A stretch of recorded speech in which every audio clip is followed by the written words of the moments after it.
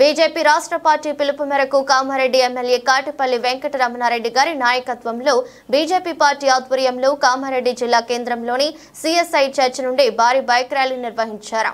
ఈ సందర్భంగా BJP party నాయకులు మాట్లాడారు। తెలంగాణ రాష్ట్రంలో కాంగ్రెస్ రాష్ట్ర ప్రభుత్వం అధికారంలోకి వచ్చి సంవత్సరం గడుస్తుందని కాంగ్రెస్ గ్యారంటీల గారడి అన్నారు।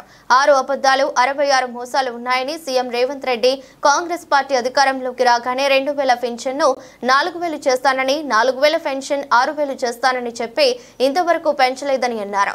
రైతు భరోసా ఇప్పటికే వానాకాలం వంట అయిపోయిందని మళ్ళీ యాసంగి పంట వస్తుందని ఇంతవరకు రైతు భరోసా ఇప్పటికే వానాకాలం పంట అయిపోయిందని మళ్ళీ యాసంగి పంట వస్తుందని ఇంతవరకు రైతు భరోసా డబ్బులు ఇవ్వడం లేదని 18 సంవత్సరాల నిండిన మహిళలకు 2500 రూపాయలు స్కూటీ ఇస్తానని చెప్పి ఇంతవరకు ఇవ్వడం లేదని అదేవిధంగా పెళ్లి చేసుకునే వారికి తులం బంగారం ఇస్తానని చెప్పి రాష్ట్రంలో ఎక్కడ ఇచ్చిన దాతలు లేవని తెలిపారు। ఇక్కడ ఇచ్చిన దాఖలు లేవని తెలిపారు। కౌలు రైతులకు కూడా 12 రూపాయలు ఇస్తానని చెప్పి ఇంతవరకు కూడా ఇవ్వడం లేదని తెలిపారు। 1 సంవత్సర కాలంలోనే కాంగ్రెస్ ప్రభుత్వం ప్రజలకు ఇచ్చిన మాటపైన నిలబడడం లేదని ఎన్నికలలో ఇచ్చిన మాటలు నిలబెట్టుకోవడం లేదని అన్ని విషయాలు ప్రజలు గ్రహిస్తున్నారని వచ్చే సర్పంచ్ ఎంపీటీసీ మున్సిపల్ ఎన్నికలలో ప్రజలే కాంగ్రెస్ ప్రభుత్వానికి తగిన గుణపాఠం చెప్తారని అన్నారు। ఈ కార్యక్రమంలో బీజేపీ పార్టీ కార్యకర్తలు నాయకులు పెద్ద సంఖ్యలో పాల్గొన్నారు।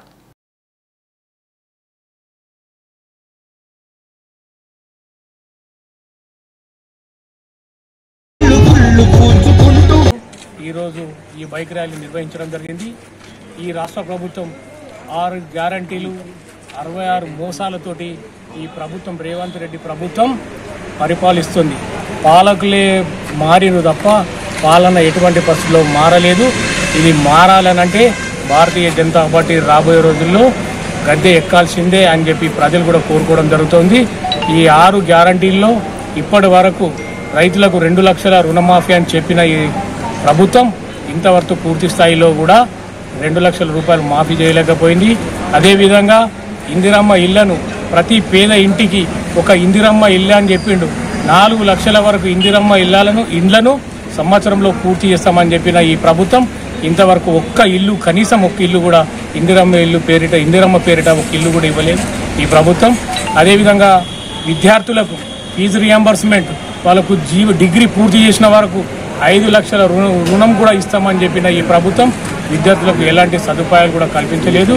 గురుకులాల పేరు మీద అనేక మంది విద్యార్థులు ఆహారం సరిగా లేక అస్వస్థకు గురై చనిపోతున్నా ఈ ప్రభుత్వం ఇప్పటి వరకు ఆ విద్యార్థుల దృష్టి కూడా చూడడం లేదు।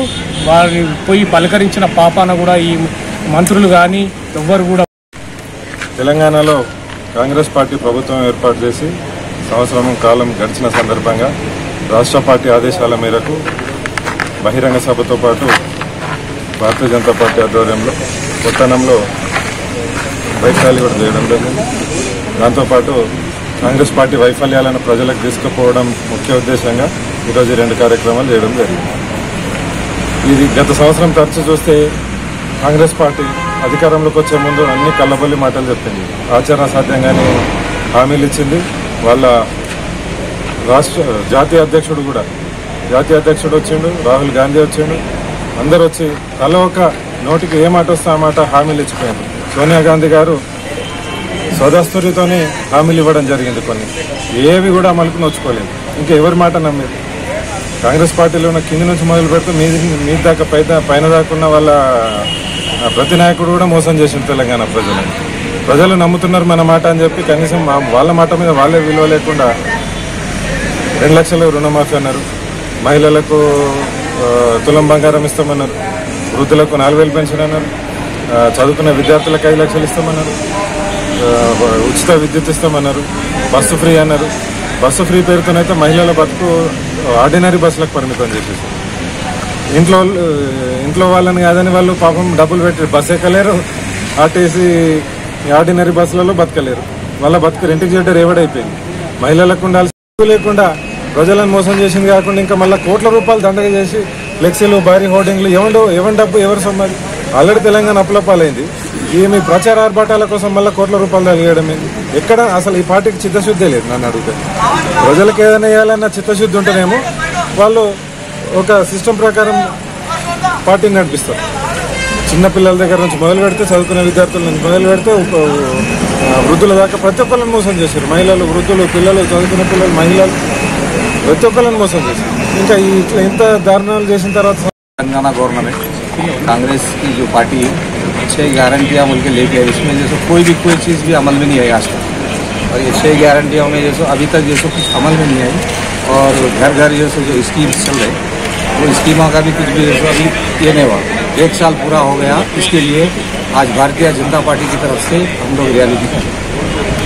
भारतीय जनता पार्टी हमारी आगे जैसे क्या करना है क्या नहीं करना है, अब ये भारतीय जनता पार्टी धरना देगी, रोड पे निकलेगी। और ये जो गारंटियाँ बोल के लोग जो धोखा दे रहे, ये धोखे से हम लोगों को बाहर निकलना है। भारतीय जनता पार्टी को सपोर्ट करो।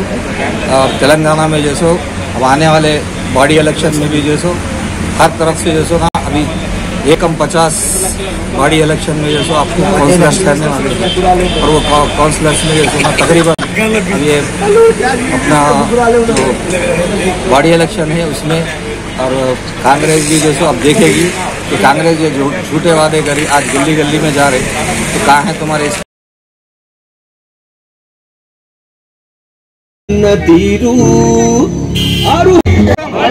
भारतीय जनता पार्टी जिंदाबाद, भारतीय जनता पार्टी जिंदाबाद, बीजेपी